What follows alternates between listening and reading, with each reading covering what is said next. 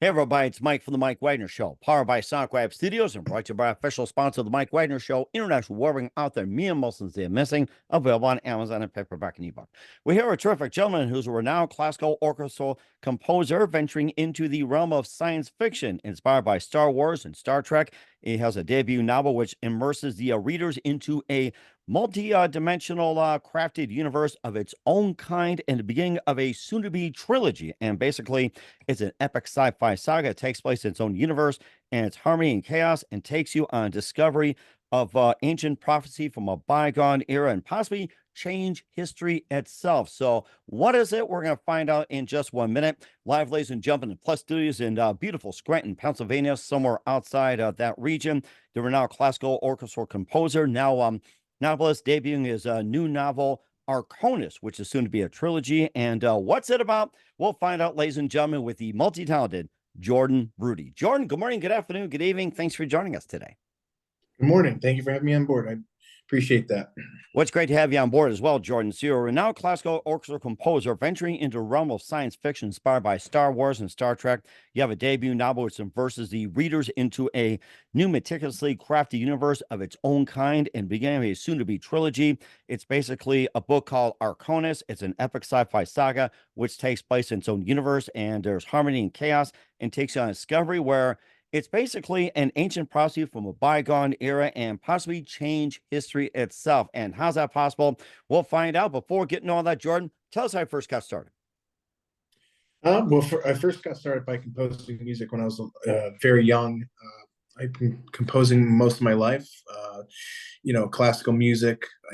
Inspired from John Williams, Hans Zimmer's. My favorite composers.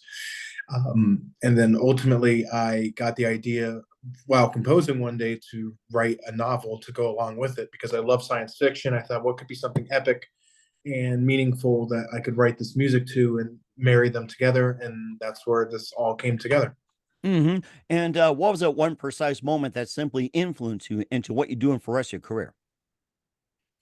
Yeah. For me, it was I work in sales as my daytime job, trying to support myself and my family, but ultimately, wanting to be an author and get this out into the world and have show them, the music and the story that comes around, around this novel in terms of how epic it can be and how emotional it can be in terms of the harmony and chaos that comes along with the story.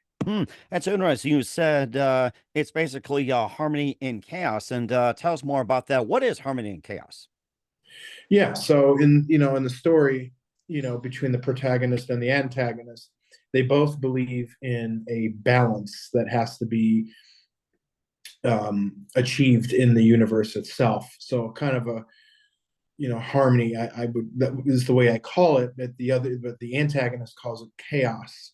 So both of those are trying to achieve balance, and the question is whether it's going to achieve harmony or is it going to achieve chaos? Because they both believe in what they're doing. It's just for different reasons.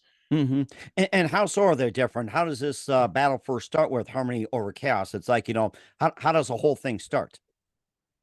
Right. So the whole thing starts out basically. There's a hunter. His name's Darius, and he's a part of a sacred lineage of hunters that take their profession. It's a very sacred act. They go out into the universe or the galaxy and they hunt targets based off of jobs that they pick up, and it's very important to them to accomplish the mission so they could ultimately become the best warrior in the galaxy.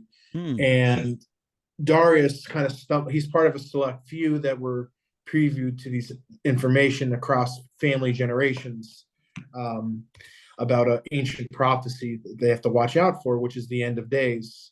This galaxy is dying, and he ultimately starts stumbling upon this information that leads him to believe that this is the prophecy that's coming true. And the antagonist of the story, his name is Zin. He's ultimately trying to save the universe from something that happened long ago. So he's trying to change the galaxy. He doesn't believe it's dying. He believes that it's already dead, and that he's just trying to fix the wrongs that were happened long ago. So they kind of clash in terms of protagonist and antagonist to try to ultimately see who wins in the end. And what is this prophecy this guy is trying to achieve?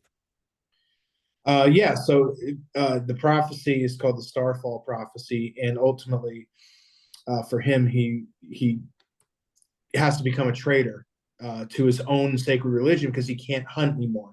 He has to stop what he's doing and try to stop the prophecy. But in turn, think of like a samurai. They're very, very religious in their studies and their martial arts and everything. So it's the same way with him. If he leaves this, he's a traitor because he's not allowed to leave his profession, but he knows he has to stop the prophecy. Mm. Hmm. And you also mentioned too that these warriors go out there, have these jobs to accomplish. What are these jobs, and what are the purpose of their jobs?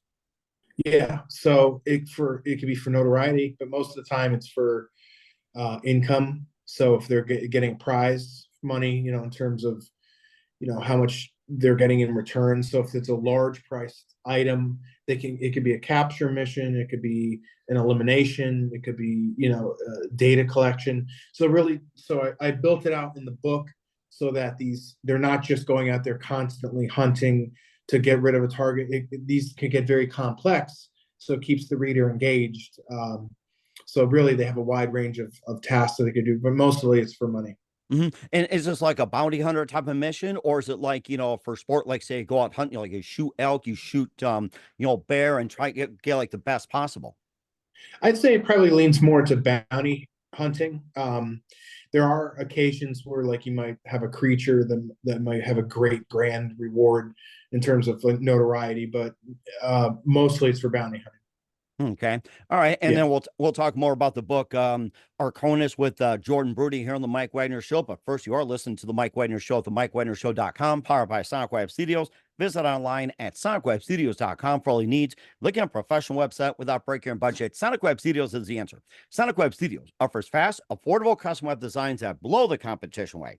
Call today, 1-800-303-3960. It's 1-800-303-3960, or email to support@sonicwebstudios.com.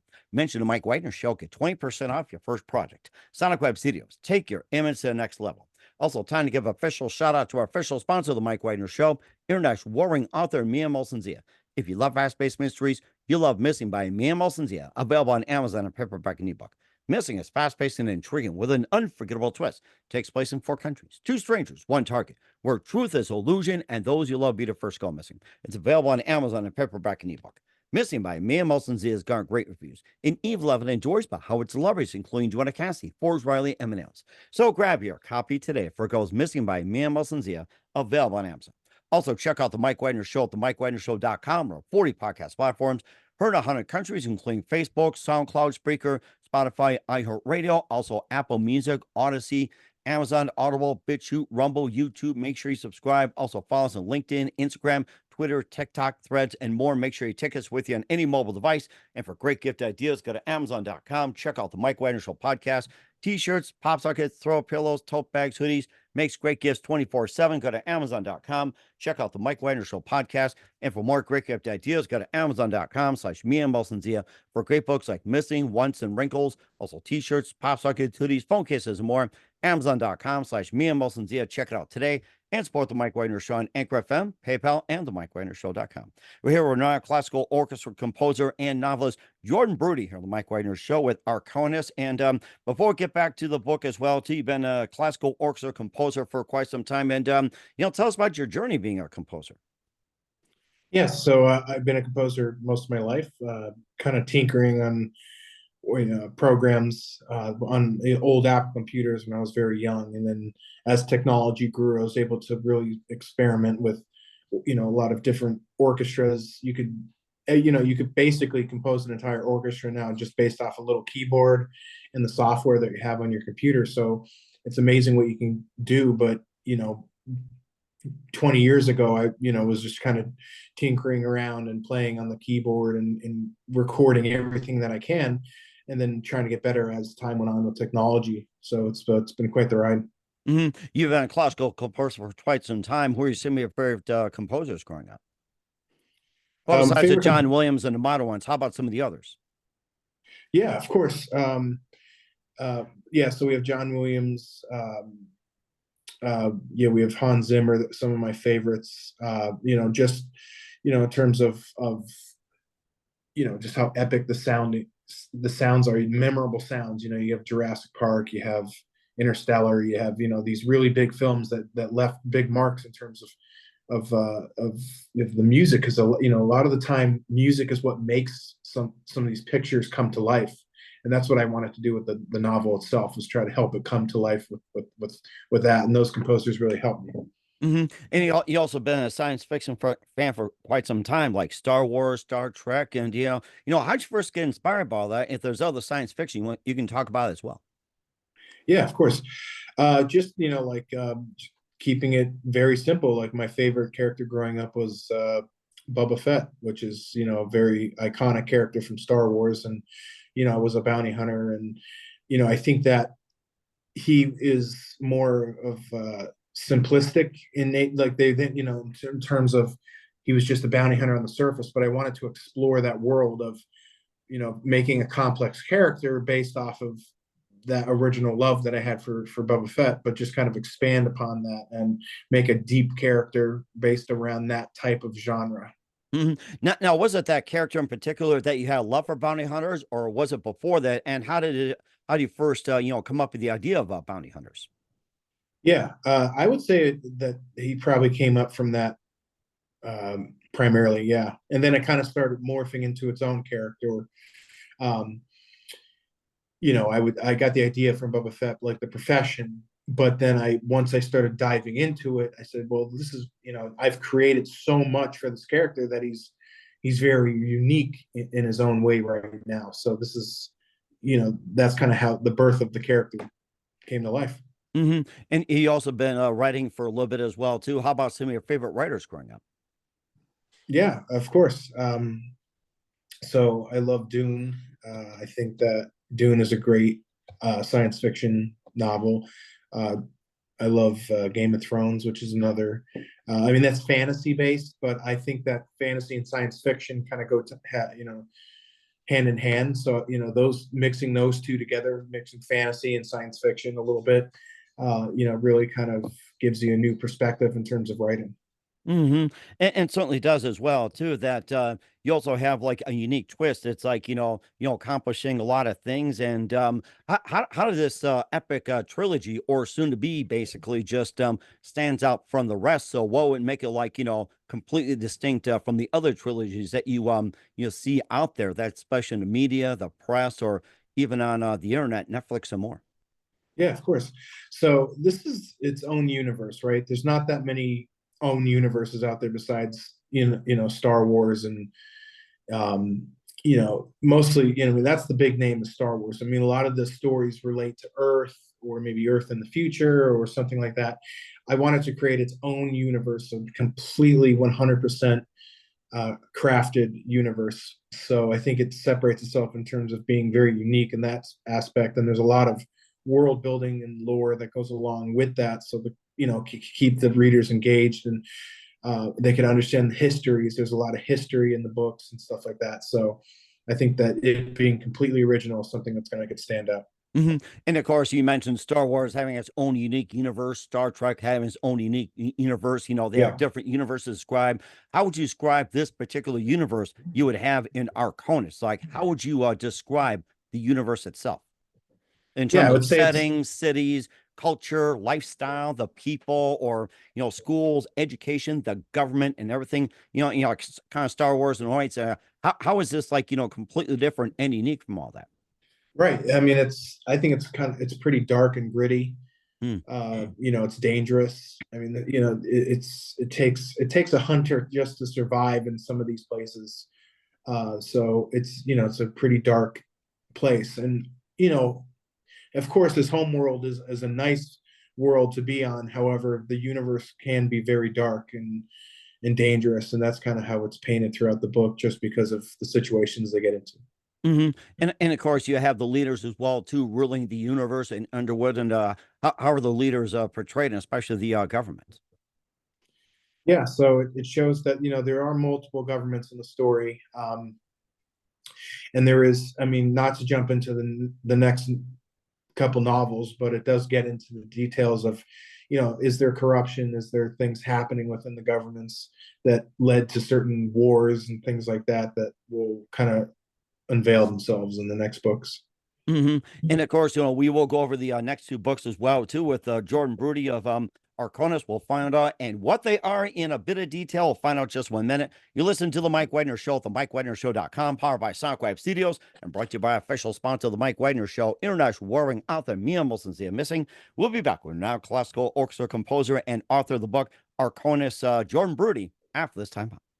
We're back with renowned classical orchestra composer and the author of Arkonus, Jordan Broody, here on the Mike Wagner Show. And you talk about having this as a trilogy, and you got books 2 and 3 in the works, and just a bit more on books 2 and 3. And what can we expect? Just a little bit. Yeah, just a little bit. So in books 2 and 3, it gets even darker for the main character. I mean, he's going to struggle beyond imagination in terms of what he has to go through to get to his goals. So it gets, he has his salvation in his hands, and it's very dangerous in terms of his fate. And I think for the reader, it's going to be very intense in terms of what they get into and how dark the story gets. And what else do you want the readers to get from the book and the trilogy? I want them to get some of the underlying messaging, in terms of what I put in the book for the types of themes. So I want them to hopefully take some of the messaging away from it, from the themes that I put in the book. Yeah. Okay. And where can you find Arkonus and all your works at? Yeah. So it's published on Amazon and Barnes & Noble currently. Okay, we'll certainly check that out. We're here with author Jordan Broody of Arkonus here on the Mike Wagner Show. And, with Arkonus and everything else, what else can we expect from you in 2024 and beyond, Jordan? Yeah, so my goal by the end of the year is to have the second book out. And then next year I'll have the final book out to complete the trilogy. Okay, we'll certainly check that out. And who you consider biggest influence in your career? Probably say my mom. Okay. All right. Yeah. And what's the best advice you can give to anybody at this point? Yeah, I would say just be consistent. You know what I mean? Especially if you're writing something, the hardest part is actually sitting down and doing it. And I think that's the toughest thing. I mean, you could have a great idea, but just stay consistent in your work. Now, I'm sure the characters can help you out with that one. If you need some help from Boba Fett and all that, I'm sure you can turn to them. So, yep. Definitely. We're here with the author Jordan Broody of Arkonus here on the Mike Wagner Show. And Jordan, a very big thank you for your time. You've been absolutely fantastic. Learned a lot. Looking forward to having it soon. Can't wait for the next 2 books to come out. Make sure you keep us up to date. Keep in touch. Love to have you back. Once again, what's your website? How do people contact you? Where can people purchase or check out your book? Yeah, they could go to Arkonus.com, or they could go on Amazon or Barnes & Noble and look for Arkonus on there, and then they could purchase from, if they want to, from those locations. And what's the website again? It is Arkonus.com. Arkonus.com. We will certainly check that out. Once again, Jordan, a very big thank you for your time. You've been absolutely amazing. Looking forward to having you again soon. Keep us up to date. Keep in touch. We'd love to have you back. We wish all best. And Jordan, you definitely have a great future ahead of you. Thank you. I appreciate it.